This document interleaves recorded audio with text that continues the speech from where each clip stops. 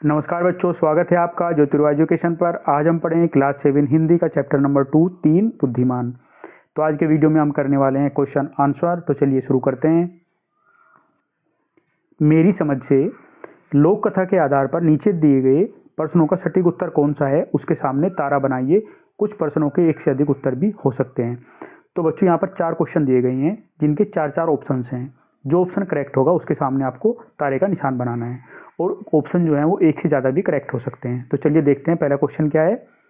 Question number 1, लोक कथा में पिता ने अपने बेटों से धन संचय करने का मतलब होता है धन इकट्ठा करने को कहा। उनकी इस बात का क्या अर्थ हो सकता है? तो ऑप्शंस हैं खेती बाड़ी करना और धन इकट्ठा करना। सेकंड ऑप्शन है पैनी दृष्टि और तीर बुद्धि का विकास करना। और थर्ड ऑप्शन है ऊंट का व्यापार करना। और फोर्थ ऑप्शन गांव छोड़कर किसी नगर में जाकर बसना। तो जिसका करेक्ट ऑप्शन होगा पैनी दृष्टि और तीर बुद्धि का विकास करना। तो इसके सामने आप तारे का निशान बनाओगे। फिर सेकंड क्वेश्चन है, तीनों भाइयों ने अपने ज्ञान और बुद्धि का उपयोग करके ऊंट के बारे में बहुत कुछ बता दिया। इससे क्या निष्कर्ष निकाला जा सकता है? तो ऑप्शंस हैं बुद्धि का प्रयोग करके ऊंट के बारे में सब कुछ बताया जा सकता है। सेकंड ऑप्शन है समस्या को सुलझाने के लिए ध्यान से निरीक्षण करना महत्वपूर्ण है। और थर्ड ऑप्शन है किसी व्यक्ति का ज्ञान, बुद्धि और धन ही सबसे बड़ी ताकत है। और फोर्थ ऑप्शन है ऊंट के बारे में जानने के लिए दूसरों पर भरोसा करना चाहिए। तो इसका करेक्ट ऑप्शन हो जाएगा समस्या को सुलझाने के लिए ध्यान से निरीक्षण करना महत्वपूर्ण है। तो इसके सामने आप स्टार बनाओगे। फिर थर्ड क्वेश्चन है, राजा ने भाइयों की बुद्धिमत्ता पर विश्वास क्यों किया? तो इसके ऑप्शंस हैं भाइयों ने अपनी बात को तर्क के साथ समझाया। सेकंड ऑप्शन है राजा को ऊंट के स्वामी की बातों पर संदेह था। थर्ड ऑप्शन है राजा ने स्वयं ऊंट और पेटी की जांच कर ली थी। और फोर्थ ऑप्शन है भाइयों ने राजा को अपनी बात में उलझा लिया था। तो इसका जो करेक्ट ऑप्शन होगा भाइयों ने अपनी बात को तर्क के साथ समझाया। तो इसके सामने आप स्टार बनाओगे। क्वेश्चन नंबर 4, लोक कथा के पात्रों और घटनाओं के आधार पर राजा के निर्णय के पीछे कौन सा मूल्य छिपा है? ऑप्शंस हैं दोषी को कड़ा से कड़ा दंड देना हर समस्या का सबसे बड़ा समाधान है। फिर सेकंड ऑप्शन है अच्छी तरह जांच किए बिना किसी को दोषी नहीं ठहराना चाहिए। और थर्ड ऑप्शन है राजा की प्रत्येक बात और निर्णय को सदा सही माना जाना चाहिए। और फोर्थ ऑप्शन है ऊंट की चोरी के निर्णय के लिए सेवक की बुद्धि का उपयोग करना चाहिए। तो जिसका करेक्ट ऑप्शन होगा वो होगा अच्छी तरह जांच किए बिना किसी को दोषी नहीं ठहराना चाहिए। तो इसके सामने आप स्टार बनाओगे। अगला क्वेश्चन है, हो सकता है कि आपके समूह के साथियों ने भिन्न भिन्न उत्तर चुने हो। अपने मित्रों के साथ चर्चा कीजिए कि आपने ये उत्तर ही क्यों चुनी है। तो बच्चे जो आपके दोस्त हैं उनके आंसर आपसे डिफरेंट हो सकते हैं। तो आपको ये बताना है कि आपने ये उत्तर ही क्यों चुनी है, उनका रीजन देना है। तो जो पहला ऑप्शन आपने चुना है उसका रीजन आप दोगे। कहानी में पिता ने साफ कहा है कि असली धन पैसा नहीं बल्कि समझ और बुद्धि है, इसलिए हमने यह उत्तर चुना है। फिर जो सेकंड क्वेश्चन है उसका जो ऑप्शन आपने चुना है उसके लिए आप उत्तर लिखोगे भाइयों ने बिना ऊंट देखे सिर्फ निशानों और चीजों को ध्यान से देखकर ही सही अनुमान लगाया, इसलिए यह उत्तर सही लगा। फिर जो थर्ड वन है उसके लिए आप लिखोगे भाइयों ने हर बात का सही कारण बताया। और फोर्थ के लिए आप लिखोगे राजा ने पहले जांच की फिर निर्णय लिया। इससे पता चलता है कि बिना पूरी सच्चाई जाने किसी को दोषी नहीं मानना चाहिए।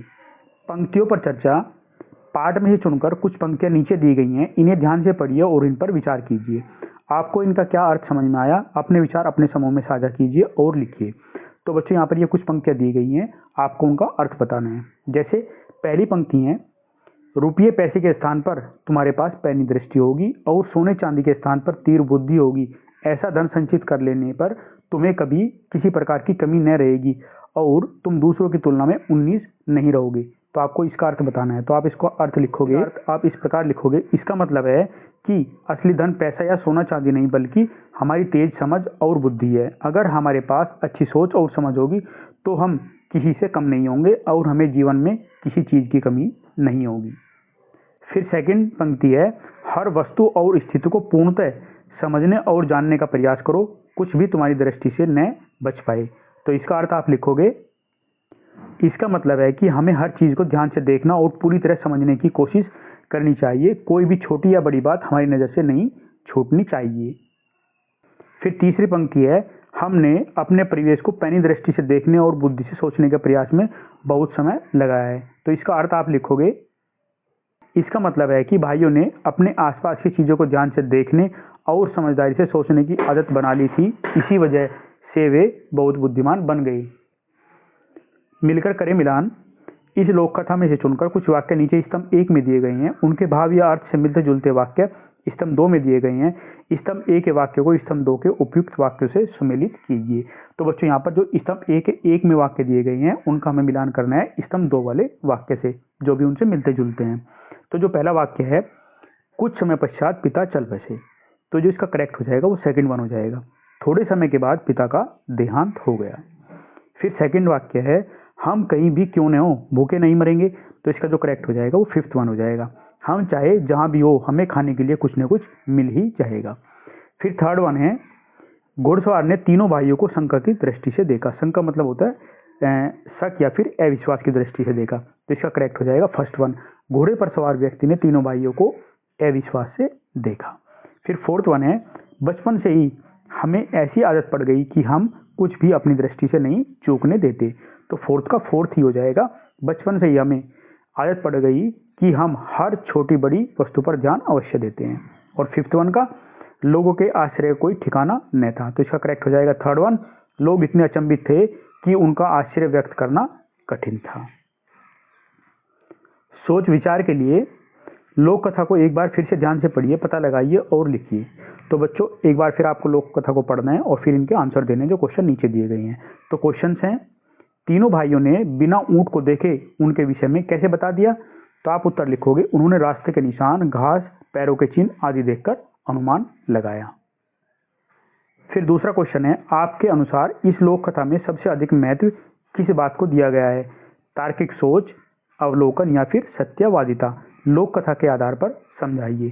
तो आप उत्तर लिखोगे, इस लोक कथा में सबसे अधिक महत्व अवलोकन मतलब ध्यान से देखना को दिया गया है, क्योंकि भाइयों ने बिना देखे सब कुछ समझ लिया। फिर नेक्स्ट क्वेश्चन है, लोक कथा में राजा ने पहले भाइयों पर संदेह किया लेकिन बाद में उन्हें निर्दोष माना, राजा की सोच क्यों बदल गई। तो इसका आंसर आप लिखोगे, राजा की सोच इसलिए बदली क्योंकि भाइयों ने सही तर्क दिए और पेटी वाली परीक्षा भी पास कर ली। फिर नेक्स्ट क्वेश्चन है, ऊंट के स्वामी ने भाइयों पर तुरंत संदेह क्यों किया, आपके विचार से उसे क्या करना चाहिए था जिससे उसे अपना ऊंट मिल जाता। तो इसके लिए आप आंसर लिखोगे, उसने तुरंत शक कर लिया क्योंकि भाइयों को सब पता था, उसे सबसे पहले शांति से पूछताछ करनी चाहिए थी और फिर बताए गए रास्ते पर जाकर ऊंट को ढूंढना चाहिए था। फिर नेक्स्ट क्वेश्चन है, पिता ने बेटों को दूसरे प्रकार का धन संचित करने की सलाह क्यों दी, इससे पिता के बारे में क्या क्या पता चलता है। तो इसका आंसर आप लिखोगे, पिता ने यह सलाह इसलिए दी क्योंकि ज्ञान और बुद्धि सबसे बड़ा धन है, इससे पता चलता है कि पिता समझदार और दूरदर्शी थे।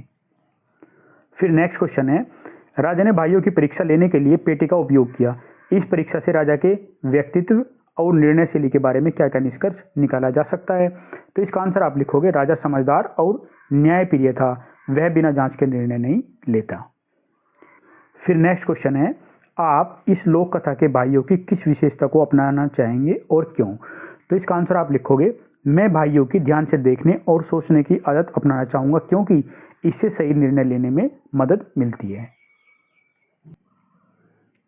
अनुमान और कल्पना से अपने समूह में मिलकर चर्चा कीजिए। तो बच्चों यहाँ पहला क्वेश्चन दिया गया है, यदि राजा ने बिना जांच के भाइयों को दोषी ठहरा दिया होता तो इस लोक कथा का क्या परिणाम होता, मतलब क्या रिजल्ट होता फिर इसका। तो इसका आंसर आप लिखोगे, अगर राजा बिना जांच के दोषी ठहराता तो निर्दोष भाइयों को सजा मिल जाती। फिर दूसरा क्वेश्चन है, यदि भाइयों ने अनार के बारे में सही अनुमान न लगाया होता तो लोक कथा का अंत किस प्रकार होता, अपने विचार व्यक्त करें। तो इसका आंसर आप लिखोगे,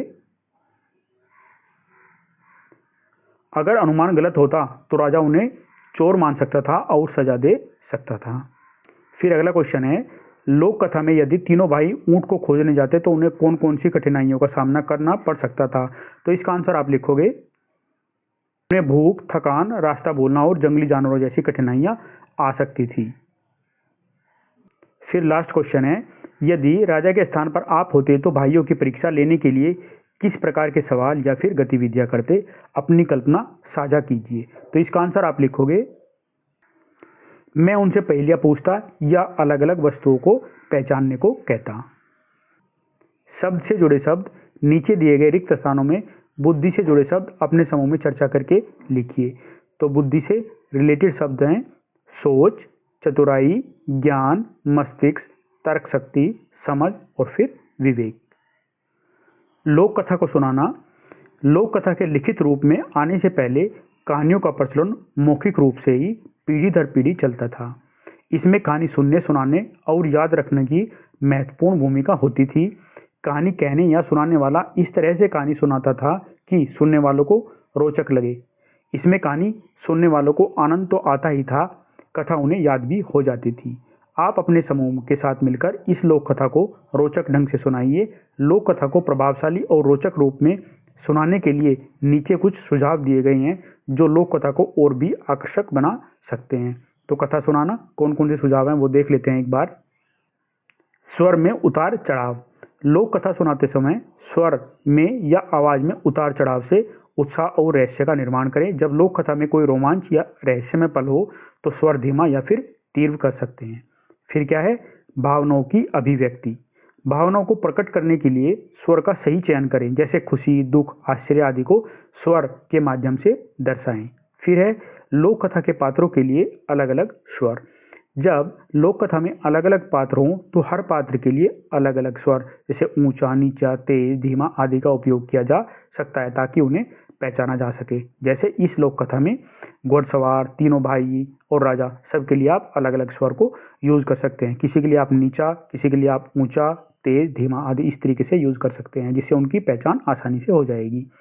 फिर हाथों और शरीर का उपयोग। जब आप लोक कथा में किसी घटना का वर्णन करें तब शारीरिक मुद्राओं और चेहरे के भाव का उपयोग किया जा सकता है। फिर हास्य का प्रयोग। जब कोई हास्यपूर्ण या आनंददायक दृश्य हो तो चेहरे के मुस्कान और हंसी के साथ उसे प्रस्तुत करें। फिर है विवरणात्मक भाषा का उपयोग। लोक कथा में वर्णित स्थानों और पात्रों को इस प्रकार प्रस्तुत करें कि श्रोता उसकी छवि अपने मन में बना ले। फिर है रोचक मोड़। एक दो बार लोक कथा के रोमांचक मोड़ों पर थोड़ी देर के लिए रुके या श्रोताओं में उत्सुकता होने दे, जैसे क्या आप जानना चाहते हैं कि आगे क्या हुआ। और फिर है स्थानों को स्पष्ट और प्रासंगिक बनाना। पात्रों के संवाद इस तरह से प्रस्तुत करें कि वे मौलिक लगे। कारक। नीचे दिए गए वाक्य को ध्यान से पढ़िए। तो वाक्य है, भाइयों जवाब दिया। यह वाक्य कुछ अटपटा लग रहा है ना। अब नीचे दिए गए वाक्य को पढ़िए। भाइयों ने जवाब दिया। इन दोनों वाक्यों में अंतर समझ में आया? बिल्कुल सही पहचाना आपने। दूसरे वाक्य में ने शब्द भाइयों और जवाब दिया के बीच संबंध को जोड़ रहा है। संज्ञा या सर्वनाम के साथ प्रयुक्त होने वाले शब्दों के ऐसे रूपों को कारक या परसर्ग कहते हैं। कारक शब्दों के कुछ उदाहरण निम्नलिखित हैं। तो बच्चों यहाँ पर हमें कारक के बारे में जानना है। कारक को हम परसर्ग भी बोलते हैं। जैसे यहाँ पर कुछ एग्जाम्पल दिए गए हैं, कौन कौन से हो सकते हैं। को, पर, से, के द्वारा, का, में, के लिए, की, के, हे, हो और अरे। तो इनको क्या बोलते हैं हम, कारक या फिर परसर्ग। नीचे दिए गए वाक्यों में कारक लिखकर उन्हें पूरा कीजिए। तो बच्चों यहाँ पर ये कारक नहीं है, इसमें हमें ये फिल करनी है। तो ऑलरेडी मैंने ये फिल किए हुए हैं, तो एक बार इनको देख लेते हैं। हमने तो तुम्हारे ऊंट को, तो यहाँ पर क्या हो जाएगा, को क्या होगा, कारक है, जिसको हम परसर्ग भी बोलते हैं। देखा तक नहीं, भाइयों ने परेशान होते हुए कहा। तो इस लाइन में कौन कौन से कारक हो गए, को और फिर ने। हमने तो तुम्हारे ऊंट को देखा तक नहीं, भाइयों ने परेशान होते हुए कहा। मैं अपने रेवड़ों को पहाड़ों पर ले जा रहा था, उसने कहा, और मेरी पत्नी मेरे छोटे से बेटे के साथ एक बड़े से ऊंट पर मेरे पीछे पीछे आ रही थी। तो इस तरीके से ये कंप्लीट हो जाएगा। तो इसमें कारक कौन से होंगे, को, पर, के और फिर पर। फिर जो थर्ड है राजा ने, तो यहाँ पर ने कारक हो जाएगा। उसी समय अपने मंत्री को फिर कारक हो जाएगा, बुलाया और उसके कान में कुछ फुसफुसाया। तो इस जो वाक्य में कारक होंगे कौन से होंगे, ने, को और में। तो वाक्य बन जाएगा, राजा ने उसी समय अपने मंत्री को बुलाया और उसके कान में कुछ फुसफुसाया। फिर फोर्थ वाक्य है, राजा, यह सुनकर राजा ने पेटी को पास लाने का आदेश दिया। सेवकों ने तुरंत आदेश को पूरा किया। राजा ने सेवकों से पेटी खोलने के लिए कहा। तो इस वाक्य में कौन कौन से कारक हो जाएंगे, ने, को, का, ने, से और के। और वाक्य पूरा बन जाएगा, यह सुनकर राजा ने पेटी को पास लाने का आदेश दिया। सेवकों ने तुरंत आदेश पूरा किया। राजा ने सेवकों से पेटी खोलने के लिए कहा। सूचना पत्र। कल्पना कीजिए कि आप इस लोक कथा के वह घुड़सवार हैं जिसका ऊंट खो गया है। आप अपने ऊंट को खोजने के लिए एक सूचना कागज पर लिखकर पूरे शहर में जगह जगह चिपकाना चाहते हैं। अपनी कल्पना और लोक कथा में दी गई जानकारी के आधार पर एक सूचना पत्र लिखिए। तो आप इस तरीके से लिख सकते हैं, सूचना, एक बड़ा ऊंट खो गया है, उसकी एक आंख से कम दिखाई देता है, उस पर एक महिला और एक छोटा बच्चा सवार थे। जो भी इस ऊंट के बारे में जानकारी दे कृपया तुरंत सूचित करें। सूचना देने वाले को उचित इनाम दिया जाएगा। ऊंट का मालिक और फिर यहाँ पर उसका आप एड्रेस लिख सकते हो यहाँ पे। तो आपका इस तरीके से सूचना पत्र बन जाएगा। पाठ से आगे आपकी बात। तो यहाँ पर पहला क्वेश्चन है, लोक कथा में 3 भाइयों की पैनी दृष्टि की बात कही गई है। क्या आपने कभी अपनी पैनी दृष्टि का प्रयोग किसी समस्या को हल करने के लिए किया है? उस समस्या और आपके द्वारा किए गए हल के विषय में लिखिए। तो बच्चों, ये आपका एक्सपीरियंस हो सकता है, जो भी आपने अपनी पैनी दृष्टि को यूज किया हो और किसी समस्या को हल किया हो तो आपको उसके बारे में बताना है। तो यहाँ पर मैंने आंसर लिखा है, आप उसको एक बार देख सकते हो। तो आप उत्तर लिख सकते हो, हाँ, मैंने भी एक बार अपनी पैनी दृष्टि का प्रयोग एक समस्या को हल करने में किया है। एक बार हमारे विद्यालय में विज्ञान प्रदर्शनी का आयोजन हुआ था। हमारी टीम ने एक मॉडल तैयार किया था, लेकिन अचानक वह ठीक से काम नहीं कर रहा था। बाकी साथी घबरा गए, पर मैंने ध्यान से देखा कि एक तार ढीला था। मैंने उसे सही किया और मॉडल फिर से काम करने लगा। इससे मुझे समझ आया कि ध्यानपूर्वक देखने से बड़ी समस्या भी हल हो सकती है। फिर सेकंड क्वेश्चन है, लोक कथा में बताया गया है कि भाइयों ने बचपन से हर वस्तु पर ध्यान देने की आदत डाली। यदि आपने ऐसा किया है तो आपको अपने जीवन में इससे क्या क्या लाभ मिलते हैं? तो आप उत्तर लिख सकते हो, हाँ, मैंने भी हर चीज पर ध्यान देने की आदत डाली है। एक बार परीक्षा के दौरान मैंने अपने उत्तरों को ध्यान से दोबारा पढ़ा और कई छोटी छोटी गलतियां सुधार ली। इससे मेरे अंक बेहतर हो गए। इससे मुझे यह समझ आया कि ध्यान देने की आदत हमें सफल बनाने में बहुत ही मदद करती है। फिर थर्ड क्वेश्चन है, लोक कथा में भाइयों को यात्रा करते समय अनेक कठिनाइयां आई, जैसे भूख, थकान और पैरों में छाले। आप अपने दैनिक जीवन में किन किन कठिनाइयों का सामना करते हैं? लिखिए। तो आप उत्तर लिख सकते हो, मेरे दैनिक जीवन में कई कठिनाइयां आती है, जैसे पढ़ाई का दबाव, समय की कमी और कभी कभी थकान। एक बार मुझे एक ही दिन में कई विषय का होमवर्क पूरा करना था। शुरुआत में यह मुश्किल लगा, लेकिन मैंने समय का सही विभाजन किया और धीरे धीरे सभी काम पूरे कर लिए। फिर फोर्थ क्वेश्चन है, भाइयों ने बिना देखे ही ऊंट के बारे में सही सही बातें बताई। क्या आपको लगता है कि अनुभव और समय से देखे बिना भी सही निर्णय लिया जा सकता है? क्या आपने कभी ऐसा किया है? तो आप उत्तर लिखोगे, हाँ, मुझे लगता है कि अनुभव और समझ से बिना देखे भी सही निर्णय लिया जा सकता है। एक बार मेरा मित्र कक्षा में चुपचाप बैठा था। मैंने उसके व्यवहार से समझ लिया कि वह परेशान है। बाद में मैं जब उससे बात की तो उसने अपनी समस्या बताई। इससे मुझे समझ आया कि समझदारी से हम बिना देखे भी सही अनुमान लगा सकते हैं।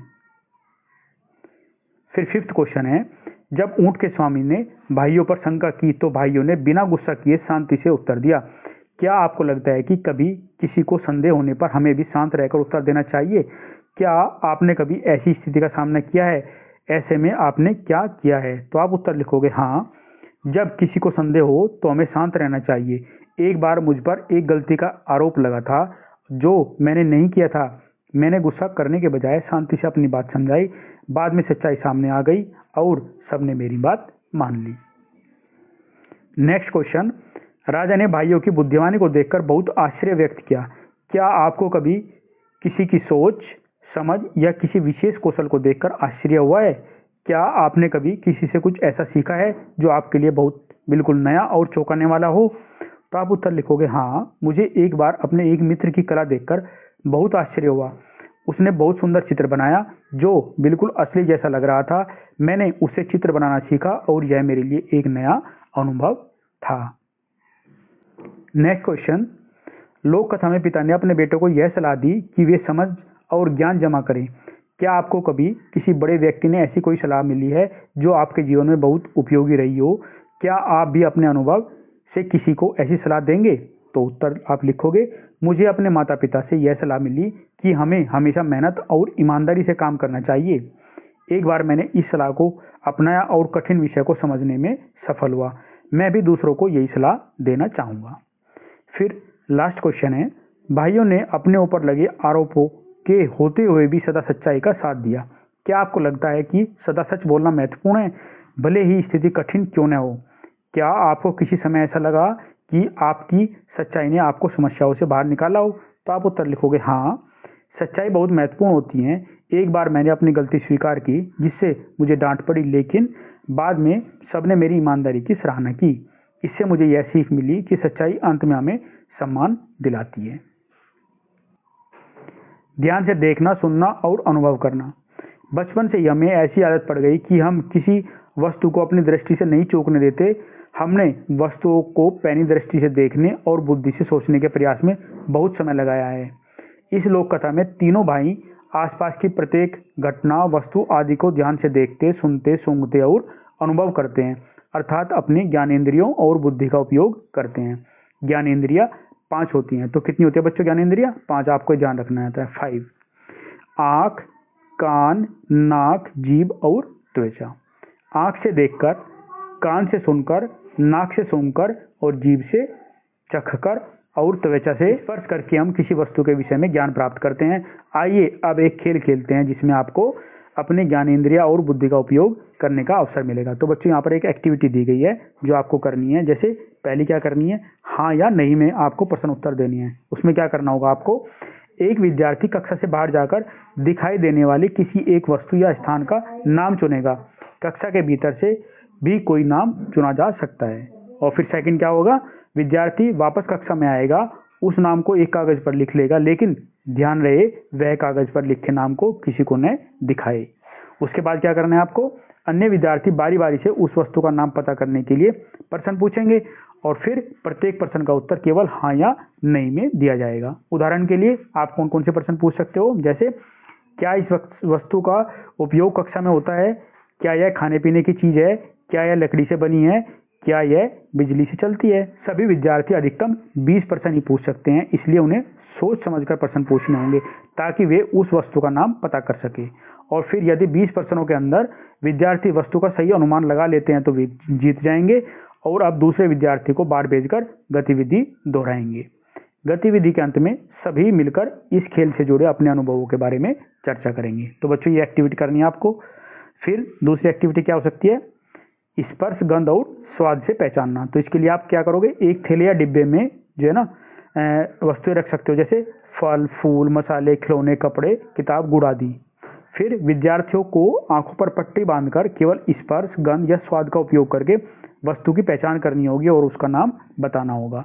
उसके बाद में बारी बारी से प्रत्येक विद्यार्थी को बुलाकर उसकी आंखों पर पट्टी बांधें। उसके बाद उसे डिब्बे से एक वस्तु दी जाए, विद्यार्थी उसे छूकर, सूंघकर, चखकर पहचानने का प्रयास करेंगे। उसके बाद सही पहचान करने के बाद विद्यार्थी बताएंगे कि उन्होंने उस वस्तु को कैसे पहचाना। इसके बाद एक एक करके सभी विद्यार्थी को अलग अलग वस्तुओं को पहचानने का अवसर मिलेगा और उसके बाद में अंत में सभी वस्तुओं को कक्षा में दिखाएं और उसके बारे में चर्चा करें कि किस वस्तु को पहचानना आसान था या फिर कठिन था। आज की पहेली, आपने पढ़ा कि तीनों बुद्धिमान भाई किस प्रकार अपने अवलोकन से वे बातें भी जान जाते जो अन्य लोग नहीं जान पाते। अब आपके सामने कुछ पहेलियां प्रस्तुत हैं जहां आपको कुछ संकेत दिए जाएंगे। संकेतों के आधार पर आपको उत्तर खोजनी है। तो पहली पहेली है, जैसे कौन है यह प्राणी, इसके बारे में आपको बताना है। तो संकेत है, इसकी लंबी पूंछ होती है जो पेड़ों की शाखाओं के चारों ओर लिपटी रहती है। इसका मुख्य आहार कीट और छोटे जीव होते हैं जिन्हें यह चुपके से पकड़ता है। यह प्राणी अपने परिवेश में घुल मिल जाता है और अपनी रंगत को बदल सकता है, मतलब जहाँ का जैसा कलर होगा वो ऐसा ही कलर चेंज कर लेता है। और फिर इसके पास तेज आंखें होती है जो चारों दिशाओं में देख सकती हैं। तो क्या होगा ये, गिरगिट। फिर दूसरी पहेली है, रंगीन डिब्बे। इसमें क्या है, एक मेज पर 4 रंगीन डिब्बे बराबर बराबर रखे हैं, लाल, हरा, नीला और पीला। 4 डब्बे हैं। बताइए पीले डिब्बे के बराबर में कौन सा डिब्बा है। यदि लाल डिब्बा नीले डिब्बे के पास है और हरा डिब्बा पीले डिब्बे के पास नहीं है, पीला डिब्बा लाल डिब्बे के पास नहीं है और हरा डिब्बा लाल डिब्बे के पास है, तो आपको ये बताना है कौन सा डिब्बा है फिर। तो इसका आंसर हो जाएगा पीले डिब्बे के पास नीला डिब्बा है। इनके लिए नीचे दिए गए लिंक का प्रयोग करके आप बहुत सी अन्य लोक कथाएं देख सुन सकते हैं। जैसे सुनो लोक कथा, तो इसका ये लिंक दिया गया है, यहाँ पर आप देख सकते हो। दुनिया की छत इसका भी लिंक दिया गया है यूट्यूब वाला, और भूल चूक लेनी देनी, तो तीनों के लिंक दिए गए हैं। आप यहाँ पर इन लोक कथा को देख सकते हो और फिर सुन भी सकते हो। बच्चों, इस प्रकार इस चैप्टर के सभी क्वेश्चन आंसर कंप्लीट हो जाते हैं और मैं उम्मीद करता हूँ कि आपको ये अच्छे से समझ में आए होंगे। अगर कोई क्वेश्चन आपको समझ में नहीं आया है तो आप कमेंट कीजिए, हम फिर दोबारा से डिस्कस करेंगे। और अगर आपको ये अच्छा लगा तो प्लीज़ लाइक शेयर करें और हाँ, चैनल को सब्सक्राइब जरूर करें। And thanks for watching.